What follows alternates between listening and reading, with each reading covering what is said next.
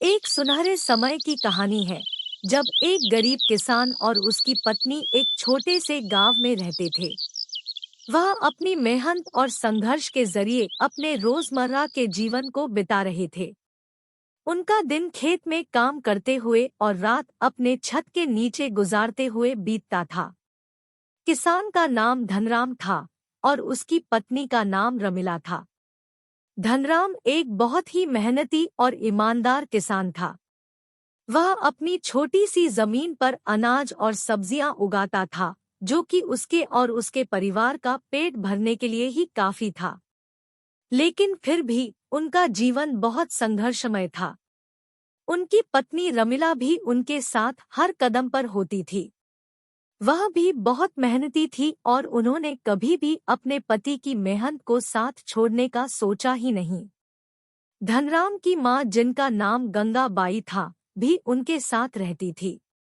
वह बुढ़िया थी, लेकिन उनकी संजीवनी आत्मा काम करते वक्त हमेशा उनके साथ थी। गंगा बाई ने भी अपने पुत्रप्ति के साथ मेहनत की और उन्हें साथ खड़ा किया। एक दिन एक बड़ी आपत्ति आ गई।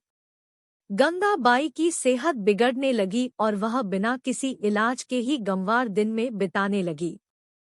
धनराम और रमिला को उनकी चिंता होने लगी। उन्हें खेती में भी काफी समस्या होने लगी, क्योंकि अब उन्हें गंगा बाई की देखभाल करनी थी। धनराम ने अपनी पत्नी के साथ मिलकर अपने खेतों का ध्यान रखने का निर्णय किया, लेकिन उन्हें अब अधिक समय खेतों में नहीं बिताना पड़ रहा था। उनकी बदलती जीवन शैली के चलते उनकी आर्थिक स्थिति में भी बदलाव आ गया। उनकी आर्थिक स्थिति और उनके खेतों का हालात बिगड़ गया। एक दिन धनराम ने एक अच्छा सुझाव सोचा। उन्होंने रमिला को कहा, हमें अपनी आर्थिक स्थिति में सुधार करने के लिए और गंगा माँ का ख्याल भी रखना है। हमें अपने घर को बदलने की जरूरत है और कुछ नई और अच्छी तकनीकों का इस्तेमाल करने की जरूरत है। रमिला ने उनकी बातों को सुना और उनके साथ होश में आई। उन्होंने एक साथ मिलकर नई योजनाओं की शुरुआत की। वे अपने घर को सुंदर और बड़ा बनाने के लिए काम करने लगे। वे खुद ही नए और सुंदर डिजाइन के साथ अपने घर को बनाने में लग गए। इसके साथ ही वे अब अधिक मेहनती और प्रभावी तकनीकों का भी इस्तेमाल करने लगे। वे अब अधिक उत्पादक और अधिक धनवान भी हो गए।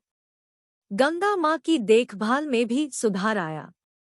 उन्हें उचित देखभाल मिलने लगी और उनका स्वास्थ्य भी सुधरने लगा।